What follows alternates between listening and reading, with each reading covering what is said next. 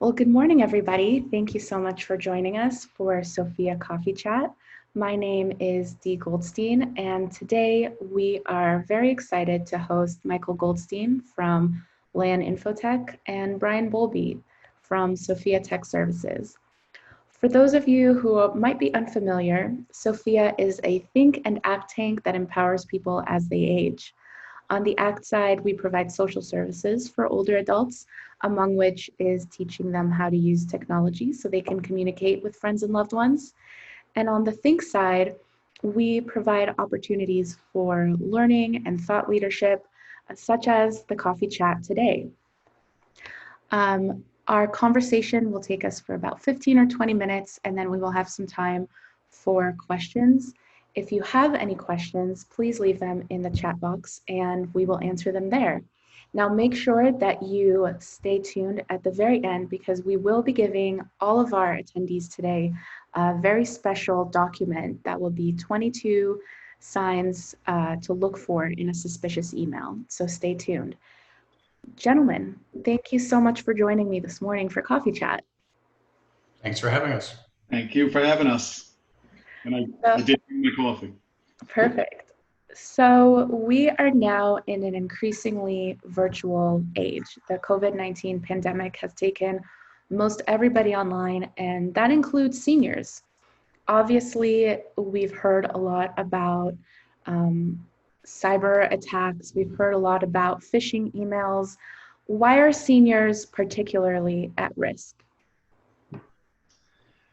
I think, it's important that they get a ton of different emails that are out there. They might be out of the business force, depending on, what age group they're in. They might be used to have just been receiving emails from family, and now everything's electronic. With all the COVID scams that are out there, free masks, get your tests here. It could be something to do with IRS checks. I just spent, a couple hours on the phone with family members, making sure that did they get their checks? Did they not? Make sure you don't get, could be Medicare, Medicaid things.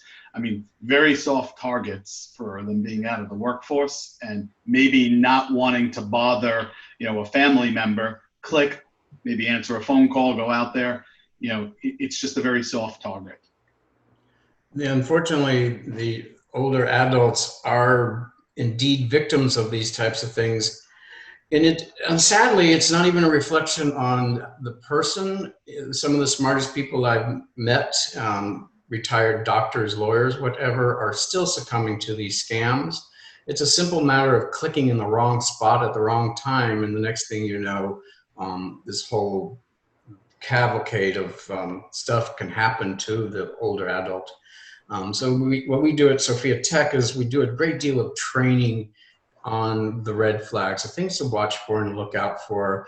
And we have in our intermediate class a whole 2 days of discussion about what spam is, what phishing is, that spam is not necessarily bad, it's just annoying. Whereas don't click on anything, look for typos, play things from strange places, offers from princes in Saudi Arabia that are going to make you a millionaire overnight. They just need you to send them $1,000 today to get the money out of the bank. All those crazy things that the bottom line, what we say to them is that if this were a stranger on the street, would you indeed be doing that with them? Would you be handing them your social security number and date of birth? No. Use the same thing online. Just use your common sense. And if it's too good to be true, it probably isn't true. I agree. There's nothing. There's no free lunch anymore on there. And the sad part is a lot of seniors are utilizing this as their main means of communication these days. A lot of out-of-state people. I know I deal with my mom all the time, feeling, sheltered and locked in now in these COVID times that are out there, so I think we all have personal experiences trying to deal with that. And now, I think I had the conversation with my mother a couple of weeks ago. She asked me to stop to get her stamps because she still had to go out and, mail her cable bill. And, I started explaining to her, and I guess she's worried about, what she's clicking on, so we're trying to help her.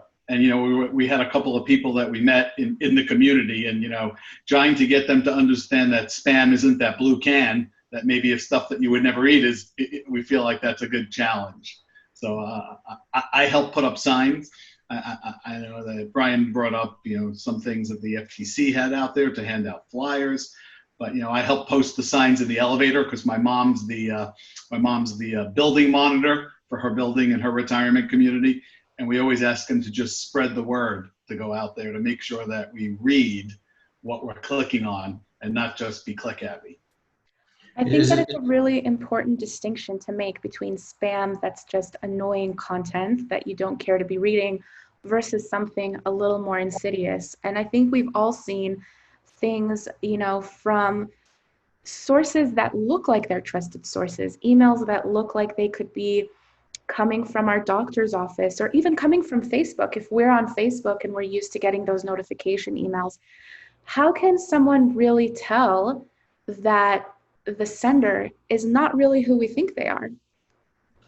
There's two things, and I was going to bring up the point about getting emails from friends. And the one thing we caution everybody is if the email content doesn't sound like something your friend would send you, that is your automatically clue. Like I have a friend who's well known in Wilton Manors, and I got this email from him saying, "Hey, are you interested in this? Thought you would be interested in this." And I go, "That's not my friend. I know he wouldn't be sending something like that." So the key to it, and we teach all the older adults in our classes, is you hover over the email address. And if you don't click, because once you click, then you're in trouble. But you hover there, and the email address will pop up. And if you do not recognize that email address, what do? Delete it. That's the operative line. If you don't recognize it, just delete it. And that's why the important giveaway will be that 22 red flags, because it's a picture of what could be out there. Also, lots of times simple words are misspelled. They're not just mistyped, they're misspelled because it's not usually someone from this country or even this world that's putting that together. Sometimes it's a computer that's out there.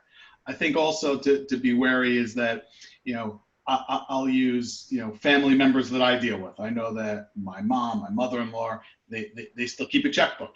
So in reality, if you're getting a low balance notification from your bank and it looks real, look in your checkbook. Also, one of the things is that don't just call the telephone number that's on the email, because in reality, lots of times that telephone number is not the right telephone number. So if you're dealing with Bank A, you get this weird email, you keep getting it, grab the bank card, the statement that you had, dial the bank and just feel that, if you have to have that self-satisfying piece to know that, yes, I'm not a low balance or I made that payment. I think it's important just to look at something and just like Bryon said, if you ran into that bad person on the street, you'd walk the other way. Same thing. Everything that's bad about that email, you should be deleting it, making the regular call to your banker, the telephone number on the back of your bank card, the telephone number on the back of your credit card, all of those kinds of things. And your bank will never email you that kind of email. That's right. A legitimate bank will never say your account is low, click here to activate whatever. They just don't do it. Right. Now, when we're talking about doing business online, such as banking and accessing your medical records, accessing medical appointments, more and more, all of that is moving to automated online systems. And that brings up the really important topic of passwords.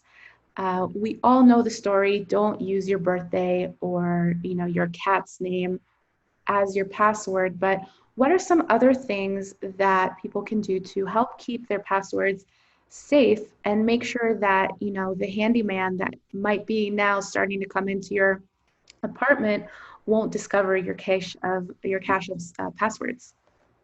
Well, I think the first thing is to get rid of that yellow Post-it that you have next to the computer. I've been to, pre-COVID, plenty of family, friends, neighbors type things. If you have to write down that password, keep it in a drawer. Not the best way to going out there, but, don't keep that password, on that Post-it next to it. I think that, for financial transactions, it's real important that all the banks, have a way of what we call two-factor authentication.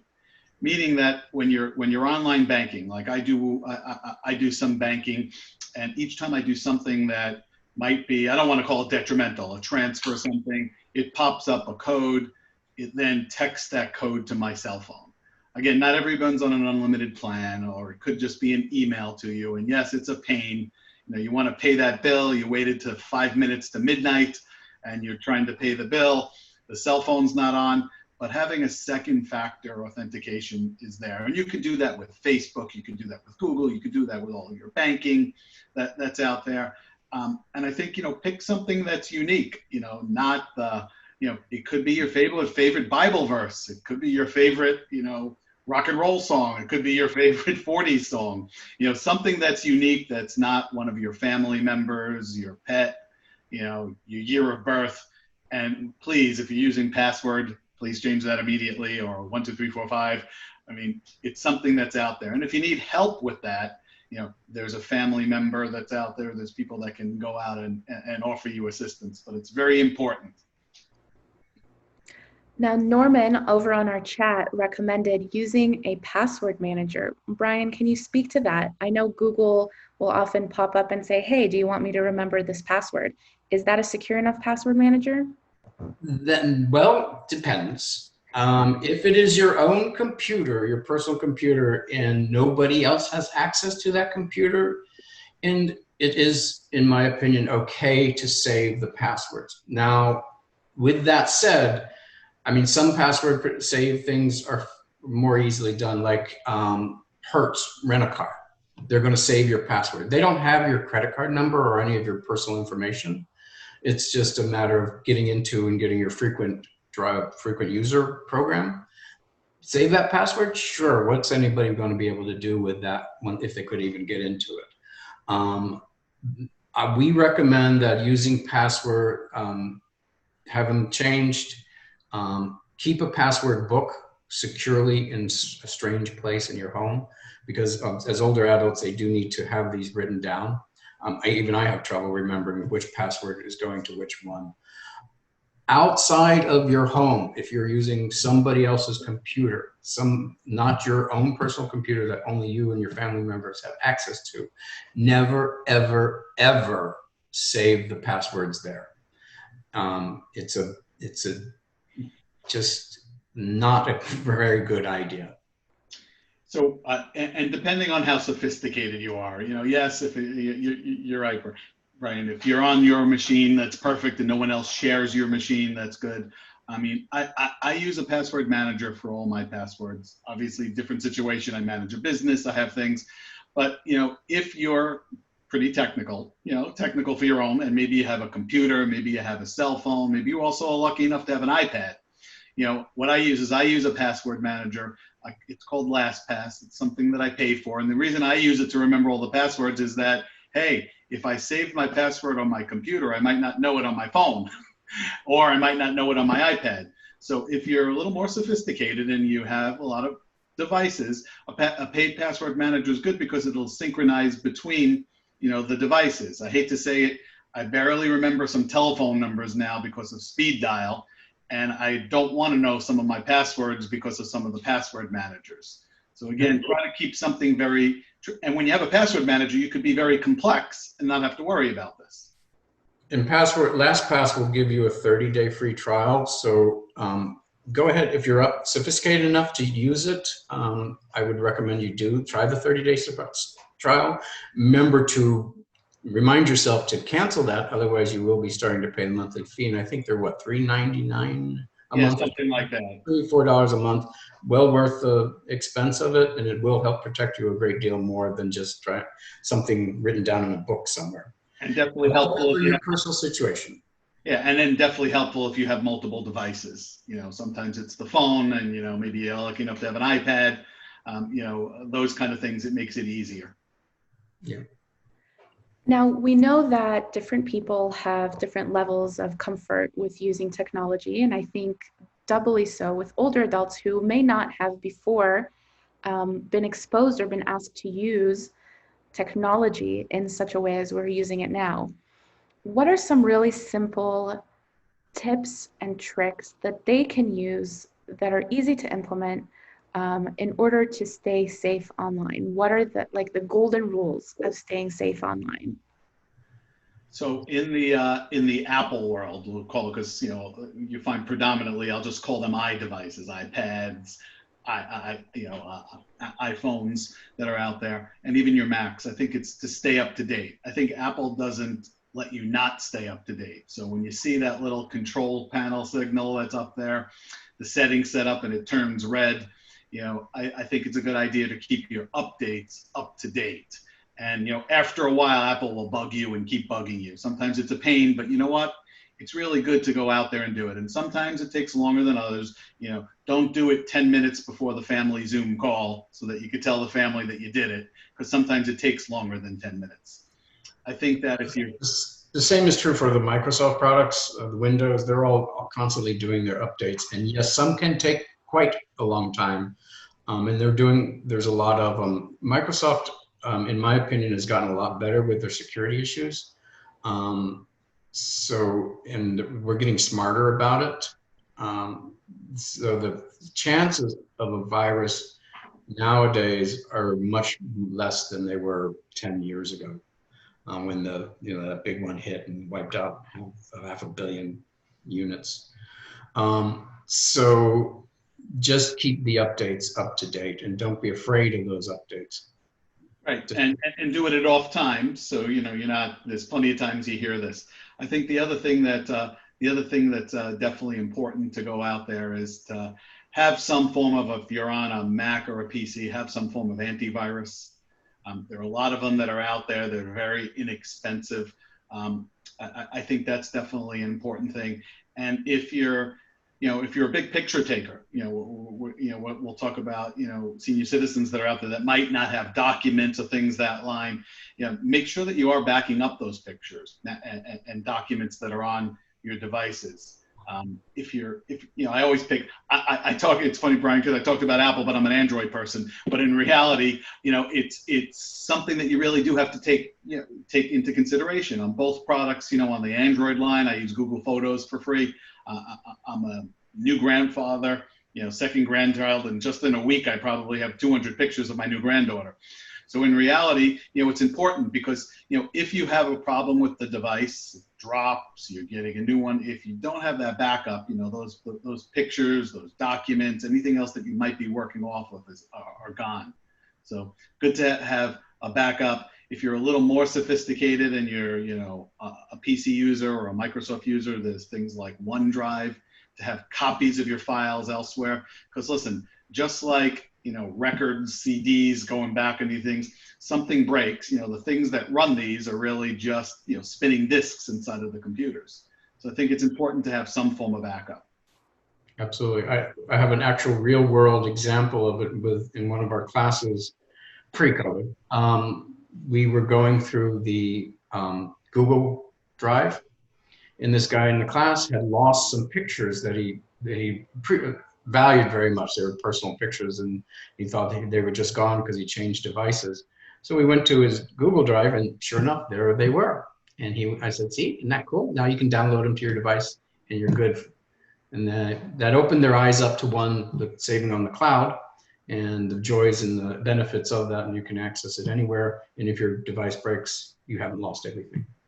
And we're going through a big piece of cleaning up everything in our house. We have tons and tons of photographs. I've been sending my mom, my mother-in-law, pictures that we've had for like 40 years. To them, they're treasured items. So we want to make sure that what you've taken, what you have, and all those kind of things are backed up. And listen, you might get to the stage where we'll somewhat get back to normal, and maybe you'll get a new device.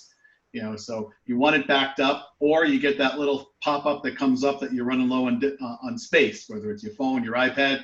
You want to feel comfortable that when you delete things, you don't really lose those things. So backup's extremely important, and it's frustrating. And I tell you, as an IT person, not being able to go into people's houses and touch my mom's computer and all those kind of things, I swear by the backups just to make sure.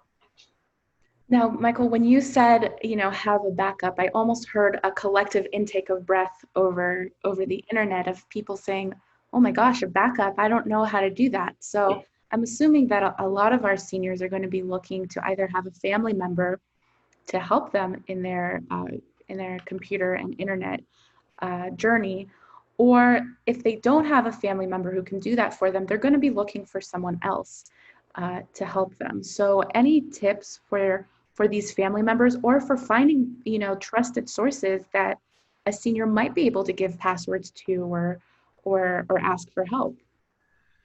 So, the easy things are on the lesser sophisticated devices, right? Let's just talk about tablets and phones, right? If you're an Android person, Google Photos is free. So, we'll talk about, using stuff that's downloadable. There's a small portion that's free on the Apple side of it. It's pretty easy to turn on, the Apple backup. And again, if you're helping seniors, I just went through this with my mother. She couldn't remember the security questions on Apple. And, it's important when we backtrack to password. My mom was a flip phone user. We gave her an older iPhone so that she could FaceTime with people. She had no real need for it other than that. And when she set it up, she kept swearing that these were the security passwords. Well, Apple didn't care who I was or what went how. So I had to start it over. So, and build it, and I keep track of the passwords.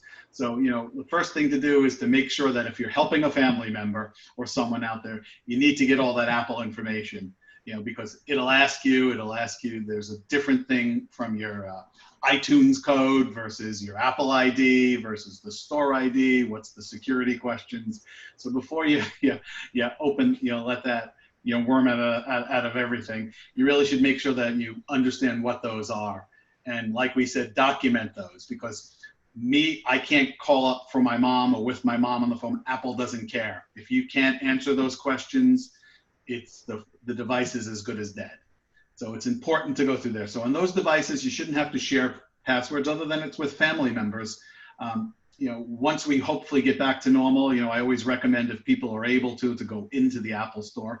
Again, obviously doesn't help anyone today, but that's what we usually recommend. If you can go into a Best Buy or an Apple store to when times get better. I'm not telling anybody to go out and do all these things now, but you will need to have all that information. And if you don't have it today, you should try to figure it out. And, the resets that Apple says, especially, again, we think of all the bad things we spoke about. Apple's not going to pass that information. They give you hints.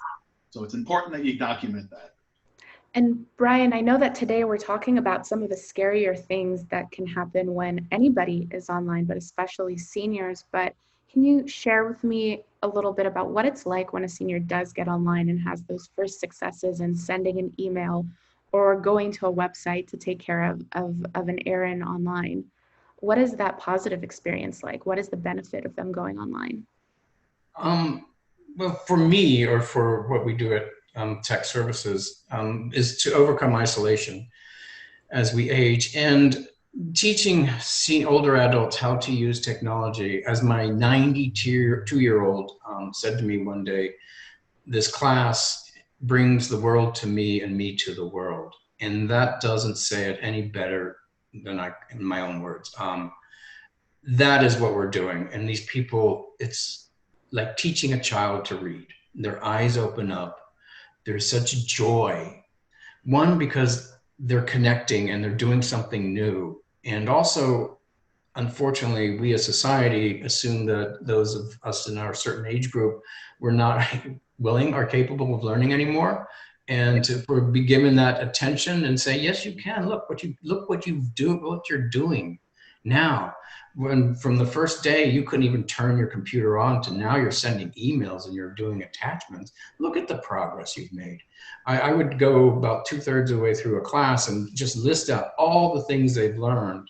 And it's 2 pages long of things that they say, look, you couldn't do this before. You couldn't do this before. Now you know about spam. You know how to look out against phishing spams, phishing emails, and all this other stuff. So it really, it opens this world that they thought was closing. And unfortunately, we as society also, without technology, we're closing the world too, because nowadays, if you're doing business with somebody and they don't have an email address, you go, I don't know how to deal with you. And so the older adults and and I have a friend in LA, she doesn't have an email address and she gets this blank look all the time. So the older adults are feeling this pressure to get connected virtually. And so it's it opens up the world. It opens up the world. Yeah, it really, it's a amazing. Companionship kind of thing. I mean, my mom's 84 and, you know, before COVID, I had to make an appointment with her to actually even see her because she was all very active. And, you know, now I've gone through every videotape that I can give her, you know, started showing her, you know, some of the things that she could do on the computer to even, you know, communicate. She had the flip phone, you know, she has the iPhone now. She has the ability to at least see her grandchildren, great grandchildren, talk to some of the friends, you know, out there. And I feel for them because when I go visit her, you know, we're at a distance, she's out on the catwalk in her environment, you know, she hears a door open, you see her eyes light up. So now that she knows that once they exchange that information and learn to FaceTime as an example, or any of the other ones that are out there to have some communication and then feel secure about it. You know, I think it's the fear of what we're all talking about. It brings unbelievable. And one of the events we did a couple weeks ago, Google has an entertainment site where it shows that, you know, today I could take a virtual tour of the Louvre if I want. You know, you can go out there. Or I remember, you know, 6-7 years ago, my father-in-law had just passed away this year, but I remember the first time, you know, he didn't want to learn about a computer, but we showed him that he was a professional soccer player for the Maccabi team back in the 40s. When we Googled his name and he was New York Times article showed up in Google, he was like, I remember him telling all of his grandchildren, hey, I'm on Google. So I think there's some self-satisfaction of seeing all the resources, all the great things that are out there. So I think that even though we're talking about the bad things and we're trying to tell everybody to be cautious, there's so much the internet brings to seniors. Yeah, the positive experience outweighs leaps and bounds of the negative side of it. And that's why you got to balance that. You got to make sure they know what to be cautious, but don't do it so that they're scared to ever touch the machine. See, older adults, there's two things they're concerned about. They're scared about security and they're scared they're going to break it. Well, first thing I'm going to tell you, you're not going to be able to break the internet. Don't worry about that one. You may get a little lost, but you're never going to break it. Security, just treat it as we said, you know, it's a stranger on the street. Use that mentality, you'll be fine. I had one more thing. And right before we wrap up, I want to make sure we have the opportunity to address some of the other questions that have come up in our chat. So Patty asks, I guess it's not a good idea to keep passwords in the cell phone. I have a password book at home, but I also have them in my phone. I'm guessing this is just in like a notes function on the cell phone. So just really quickly, pros, cons, is this a good thing to do? Password manager. You know, think about it. If you lost your phone, I could tell you that if I found the phone on the street, being an IT cyber person, you know, with a little $20 utility, I can break into your phone, you know, if I was the bad guy. So again, you know, password manager, it's not a good idea to keep that list. The book in your house, as Bryon said, you know, keep it in a safe location versus the phone very easily. You know, I've lost phones. Yeah, and I think it goes without saying that you should have some type of password, facial recognition, finger scanning in order to get into your phone as an extra layer of protection. The biometric stuff is coming along. Yep. Yeah, well, I wanted to thank you both, Michael, Bryon. Thank you so much for joining us today to talk about this important topic. And thank you to all of our viewers for joining us today. In the chat, I sent you a link to get 22 red flags for a suspicious email. This is a really great document for you and for your loved ones to know if an email isn't quite what it seems, this is what to look for. We will be back with another coffee chat topic in 2 weeks. So on the 15th, stay tuned for that. And of course, if you have any questions about LAN Infotech or for Michael, we will include his information for you. And also if you have any questions about SoFIATech or SoFIA, we'll be able to connect you with Bryon. Or if you're interested in attending one of our virtual classes, let us know. That's right. That's right. Thank you everyone so much and have a great rest of your Wednesday. Thank you. Good seeing you all. Bye-bye.